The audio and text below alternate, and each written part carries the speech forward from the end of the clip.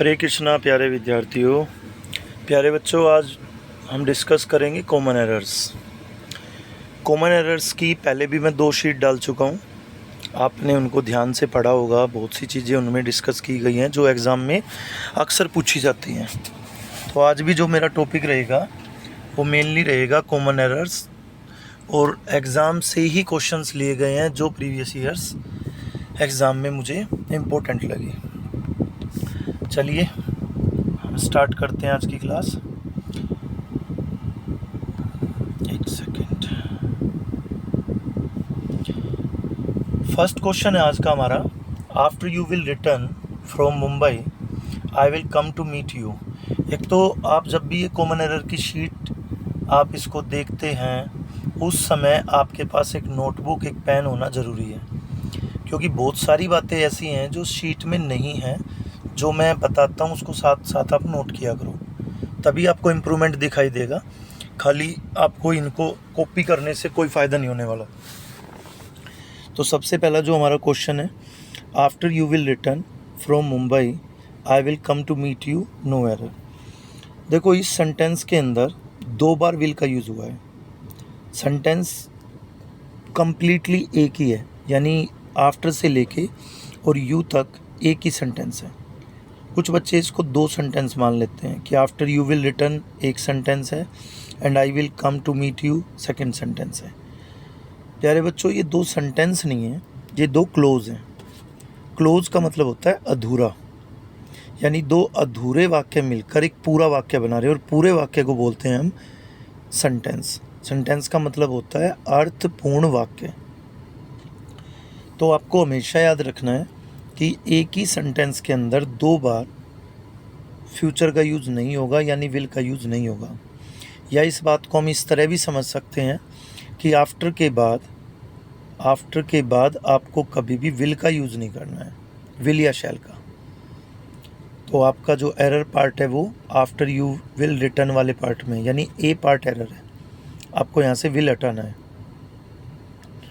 Second point देखिए, my father has left for Bombay last Saturday, no error. बहुत से बच्चों को इसमें क्या लगेगा कि पढ़ने में तो बिल्कुल ठीक लग रहा है, पढ़ने की सेंस के अकॉर्डिंग इसमें कोई गलती नहीं दिखाई दे रही, बट आपको कॉन्सेप्ट समझना है।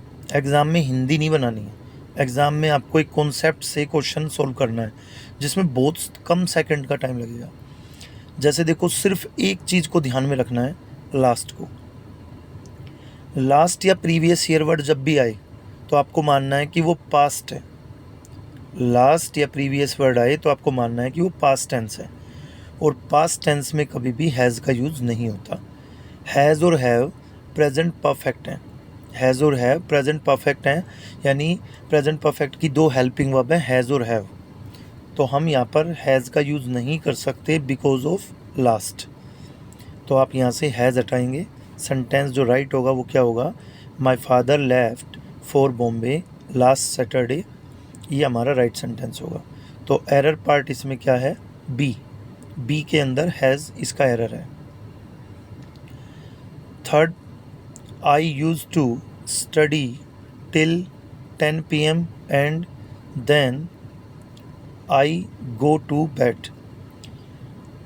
बच्चों, एक तो आपको ना कॉमन सेंस यूज़ करनी है इंग्लिश के एरर्स में, और वो क्या कॉमन सेंस है कि आपको सबसे पहले ये देखना है आपका सेंटेंस पास्ट से शुरू तो नहीं हुआ है। अगर आपका कोई सेंटेंस पास्ट से शुरू हुआ है तो आपको उसको एंड तक पास्ट में ही रखना है। जैसे थर्ड सेंटेंस में यूज़ टू का यूज़ हुआ है, यूज़ टू पास्ट होता है। यूज़ टू का जब भी यूज़ हो उसे पास्ट मानना है। यूज़ टू का मतलब क्या होता है, पास्ट हैबिट बताने के लिए। अगर आप पास्ट में कोई काम अक्सर करते ही रहते थे तो आप वहाँ पे यूज़ टू लगाएंगे। जैसे अगर मैं कहूँ कि मैं बचपन में क्रिकेट खेला करता था, तो मैंने एक बार तो क्रिकेट नहीं खेला होगा, खेला करता था मतलब मैं उस काम को करता ही रहता था। तो मेरा सेंटेंस क्या होगा, I use to play cricket in childhood. तो वहाँ पे यूज़ टू का यूज इसलिए हुआ कि पास्ट की भी बात हो रही है और किसी हैबिट की बात हो रही है। तो पास्ट की हैबिट को हम शो करेंगे किससे, यूज़ टू से। तो हमारा सेंटेंस मतलब पास्ट है।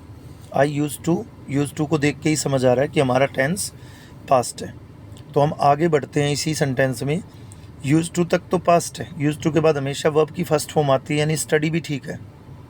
उसके बाद आगे देखिए टिल 10 PM, ये तो टाइम बता रहा है, टेंस थोड़ी बता रहा है। And then I go to bed, यहाँ पे देखिए आई एक सब्जेक्ट है, गो एक वर्ब है, और गो वर्ब की फर्स्ट फॉर्म है। और प्यारे बच्चों, वर्ब की फर्स्ट फॉर्म और वर्ब की फिफ्थ फॉर्म हमेशा प्रेजेंट इंडेफिनिट टेंस में आती हैं, यानी कि हमने इस सेंटेंस को प्रेजेंट बना दिया, जबकि हमारे सेंटेंस की स्टार्टिंग हुई थी पास्ट से। तो हम इसको आई वेंट टू बेड बनाएंगे, यानी गो की जगह पे वेंट इसलिए आएगा, went is a second form, और सेकंड फॉर्म का मतलब होता है पास्ट टेंस। सेकंड फॉर्म का मतलब है पास्ट टेंस, कि आपने पास्ट को यूज़ कर दिया है।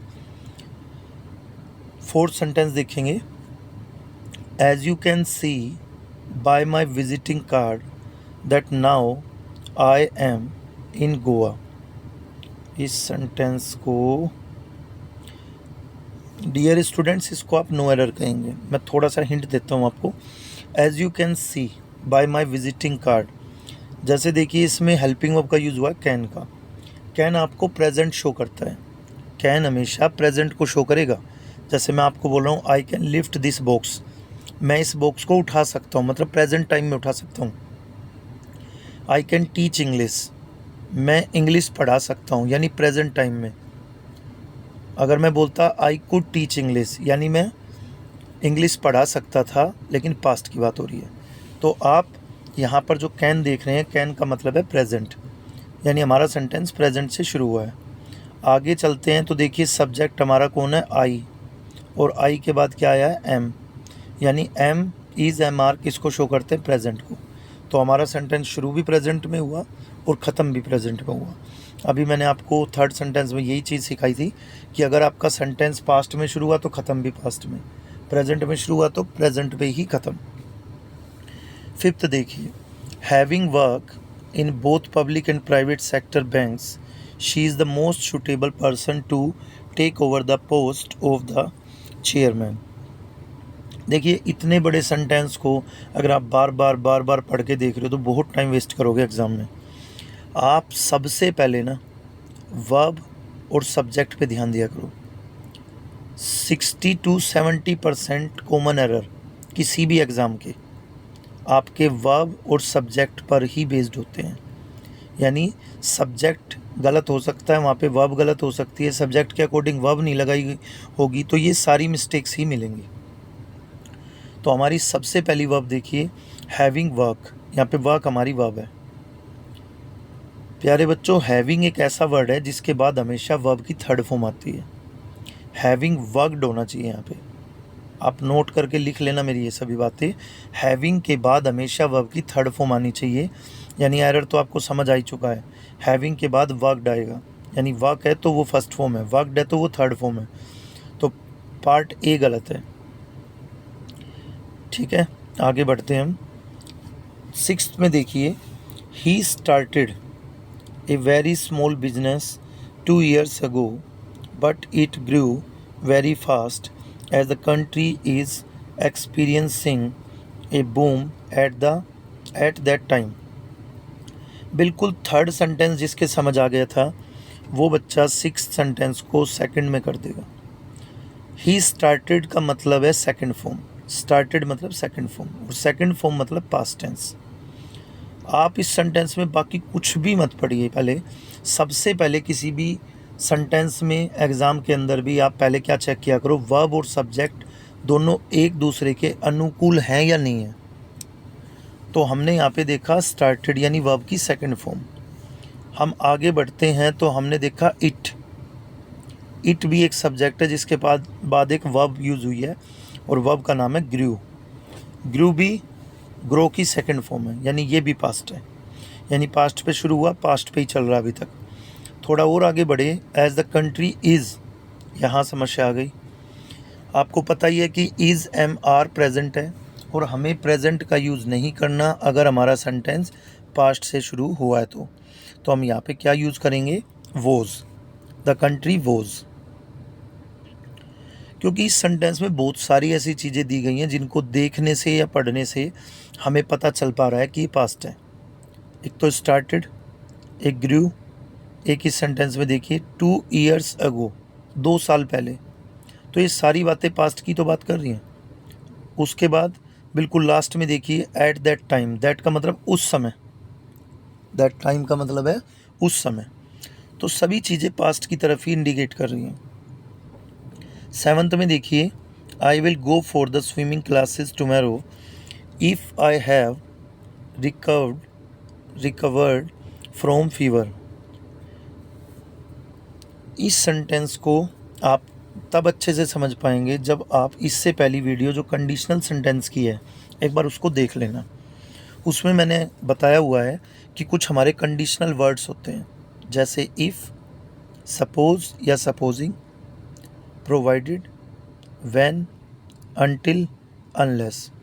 और इन वर्ड्स के बाद कभी भी अगर इन वर्ड से सेंटेंस शुरू होता है तो आपको सिर्फ और सिर्फ वहाँ पर या तो वर्ब की फर्स्ट फॉर्म देखनी है, यानी या तो वर्ब की फर्स्ट फॉर्म हो सकती है इनके बाद, कंडीशनल वर्ड के बाद सेंटेंस में या तो वर्ब की फर्स्ट फॉर्म हो सकती है, या वर्ब की फिफ्थ फॉर्म हो सकती है, या वर्ब की सेकंड फॉर्म हो सकती है, लेकिन कभी भी हैव प्लस थर्ड फॉर्म नहीं हो सकता। हैड प्लस थर्ड फॉर्म हो सकता है, एक रूल है वहाँ पे, आप उसको जाके पढ़ना, उस वीडियो को देखना, तो आपको सारी चीज़ें क्लियर हो जाएंगी। कभी भी हम कंडीशनल सेंटेंस में हैव का यूज़ नहीं करते, यानी हम यहाँ से हैव हटा देंगे, और हैव हटने के बाद हमारा सेंटेंस जो रिकवर्ड है उसको भी हमें फर्स्ट फॉर्म में लाना पड़ेगा। हम इसको क्या बनाएंगे, if I recover from fever, यानी इफ़ से सेंटेंस शुरू होता है तो उसको इफ़ क्लोज बोलते हैं, और इफ़ क्लोज के अंदर वर्ब की फर्स्ट फॉर्म आएगी, तभी मेन क्लोज यानी दूसरे वाक्य में विल और शैल प्लस वर्ब की फर्स्ट फॉर्म आएगी। तो देखिए 7th सेंटेंस जब स्टार्ट हुआ है तो उसमें विल दिया हुआ है, वो ठीक है, लेकिन इफ़ आई हैव गलत है, तो यहाँ से हैव और रिकवर्ड को रिकवर में यूज़ करना है। 8th सेंटेंस देखिए, had I known the weather forecast earlier I would not make plans to go out. ये भी इससे पहली वीडियो को देखकर ही चीज़ें क्लियर होंगी। वैसे मैं फिर एक बार अपने तरीके से एक्सप्लेन करने की कोशिश कर रहा हूँ, आप उसको एक बार फिर भी रिवाइज़ कर लेना। इससे पहली वीडियो को मैंने उसमें बताया था अगर कंडीशनल वर्ड से सेंटेंस शुरू ना हो तो सेंटेंस हैड से भी शुरू हो सकता है, और उस सेंटेंस को भी आपको कंडीशनल सेंटेंस मानना है। तो हमारा ये कंडीशनल सेंटेंस ही है 8th। Had I known, had का रूल क्या होता है, हैड के बाद थर्ड फॉर्म आती है, यानी हैड के बाद नोन है जो कि नो की थर्ड फॉर्म है, राइट है। The weather forecast earlier, had plus third form, और दूसरा जो वाक्य है उसमें would have plus third form का नियम होता है। तो हमारे दूसरे वाक्य में इसी के मतलब सेकंड पार्ट में वुड तो दिया है आई के बाद, लेकिन वुड के बाद सीधा नोट दिया है, हैव नहीं दिया और मेक को मेड नहीं किया है। तो आपको क्या करना है, I would note have made, make को थर्ड फॉर्म बना दो। जिन बच्चों ने इससे पहली वीडियो नहीं देखी या वो इसको यहीं के यहीं क्लियर करना चाह रहे हैं तो क्या लिखेंगे, had plus third form, comma लगाना उसके बाद, would have plus third form. ये कंडीशनल सेंटेंस का एक नियम है जो मेरे ख्याल से सबसे ज़्यादा बार पूछा जा रहा है। ये रूल कंडीशनल सेंटेंस के 5 रूल हैं, 5 में से सबसे ज़्यादा यूज़ होने वाला है एसएससी में, जो मुझे अब तक लगा है, क्योंकि मैंने जिस भी पेपर से कंडीशनल सेंटेंस का कोई सेंटेंस यहाँ पर टाइप किया है किसी भी शीट में, सबसे ज़्यादा मुझे यही देखने को मिला, सबसे इम्पोर्टेंट मान लेना आप इसको। 9 देखिए, if you are to talk to her on this sensitive matter it is probable that she will not listen to you at all. इस सेंटेंस की स्टार्टिंग हुई है इफ़ से, यानी कि कंडीशनल वर्ड से, और कंडीशनल वर्ड से जब स्टार्टिंग होती है तो वो वाक्य प्रेजेंट में हो सकता है, यानी कि इज एम आर भी प्रेजेंट है तो वो राइट है। लेकिन आगे बढ़ते हैं हम तो हमने देखा that she will not listen to you at all, यानी इस सेंटेंस में भी हम कोई एरर नहीं बता सकते, क्योंकि इस सेंटेंस में कंडीशनल सेंटेंस का जो पहला क्लोज है यानी इफ क्लोज है वो हमारा प्रेजेंट में है, और जो दूसरा क्लोज है हमारा वो हमारा विल में है। विल और शैल प्लस V1 होना चाहिए, वो राइट है। कुछ बच्चों को लग रहा होगा कि सर आपने तो हमें इफ क्लोज के अंदर इज एम आर तो बताया ही नहीं है। प्यारे बच्चों, इज एम आर या फिर आप कह सकते हो is to am to are to. Is to am to are to एक चैप्टर होता है इंग्लिश में जो कि प्रेजेंट को शो करता है। तो देखिए इसमें लिखा यू आर टू, और आर टू के बाद हमेशा वर्ब की फर्स्ट फॉर्म आती है, याद रखना, लिख लेना इस बात को। इज टू के बाद V1, आर टू के बाद V1, M2 के बाद V1। तो ये भी प्रेजेंट को शो कर रहा है यानी ये किसी कॉन्टिन्यू को या परफेक्ट को शो नहीं कर रहा है, सिर्फ प्रेजेंट को शो कर रहा है। जैसे कई बार हम बोलते हैं ना आई एम अ डॉक्टर, वो सिर्फ प्रेजेंट को शो कर रहा है। तब हालांकि उसमें एम भी है, क्योंकि बच्चों ने रट रखा है is am are plus V1 plus ING का मतलब प्रेजेंट कंटिन्यू होता है। तो वो कई बार ING ना भी मिले तब भी उसको कंटिन्यू मानते हैं, तब उसको प्रेजेंट मानना है आपको। अगर इज एम आर आपको दिखाई दे वाक्य में तो उसको सिर्फ प्रेजेंट मानना है, ना कि कंटिन्यू। हाँ, उनके साथ आपको V1 प्लस ING दिखाई दे तब आपको उनको मानना है प्रेजेंट कंटिन्यू। तो ये हमारा सिर्फ प्रेजेंट है। लास्ट सेंटेंस है आज का, on my occasions we did helped the poor people by way of giving them food to eat and clothes to put on, no error। सबसे पहली बात तो आप नोट करेंगे, मैं आपको एक बात समझा रहा हूँ। जो डिड नाम की एक हेल्पिंग वर्ब है, जो डिड है वो पास्ट इंडेफिनिट की हेल्पिंग वर्ब है। सबसे पहले तो ये नोट करो कि डिड पास्ट इंडेफिनिट की हेल्पिंग वर्ब है। डिड का यूज़ पास्ट इंडेफिनिट में तब किया जाता है जब हमारा सेंटेंस नेगेटिव हो या हमारा सेंटेंस इंट्रोगेटिव हो, या तो नेगेटिव हो या इंट्रोगेटिव हो। लेकिन यहाँ पर हमारा सेंटेंस शुरू हुआ है वी से, we did helped the poor. यहाँ पर हमारा सेंटेंस सिंपल है। हम इसको नेगेटिव कब बोलते, अगर सेंटेंस होता वी डिड नॉट हेल्प या हेल्प्ड, जो भी इसने लिखा है, तब हम इसको नेगेटिव मानते। इंटरोगेटिव कब मानते, अगर ये शुरू होता डिड वी, तो हमारा सेंटेंस ना तो नेगेटिव और ना ही इंट्रोगेटिव है, यानी सिंपल है। और सिंपल सेंटेंस में कभी डिड का यूज़ नहीं होगा। और एक बात लिखनी है आपको, डिड का यूज़ कभी भी किसी मेन वर्ब से पहले होता ही नहीं है। एक बात तो आपने ये लिख ली है कि डिड का यूज़ नेगेटिव और इंट्रोगेटिव में होगा, ना कि सिंपल में। उस पॉइंट ऑफ व्यू से ये सेंटेंस गलत है, यहाँ से डिड हटेगा। लेकिन एक बात और भी लिख लो आप कि डिड का यूज़ कभी भी किसी भी मेन वर्ब से पहले नहीं होता, डायरेक्ट मेन वर्ब से पहले। जैसे यहाँ पे हेल्प्ड है, उसके बिल्कुल पहले डिड नहीं आ सकता, तो यहाँ से डिड हटेगा ही हटेगा। तो मैं उम्मीद करता हूँ प्यारे बच्चों आपको एक एक बात समझ आई होगी। अगर कोई भी पॉइंट आपको क्लियर नहीं हुआ है तो मैं आपको हर बार बोलता हूँ उसको आप कमेंट में डाल देना कि हमें ये वाला पार्ट दोबारा समझा दो, या उसके लिए मैं कोई भी वीडियो में जैसे नेक्स्ट वीडियो लाऊंगा तो उसी टाइप के एक दो सेंटेंस और उसमें टाइप कर लूँगा। तो अच्छे से इसको रिवाइज़ करो, बार बार पढ़ो, अच्छे से नोट्स बनाओ। इस टाइप की मैं शीट वीकली डालता ही रहूँगा जो कॉमन एरर में आपको बहुत ही अच्छा परफॉर्म कराएं। तो आप इनकी एक एक चीज़ को समझिए। जैसे आज फर्स्ट पार्ट हमने देखा, फर्स्ट सेंटेंस देखा आफ्टर। मैंने क्या बताया, आफ्टर वाले सेंटेंस में जो सेंटेंस आफ्टर से शुरू हो, जिसमें आफ्टर के बाद सब्जेक्ट आ जाए, उस सेंटेंस में कभी भी विल और शैल का यूज़ नहीं होगा। तो अब आप आफ्टर के बाद सब्जेक्ट देखते ही विल और शैल को कट कर दिया करोगे। चलिए बच्चों, हरे कृष्णा, करिए आप तैयारी इसकी।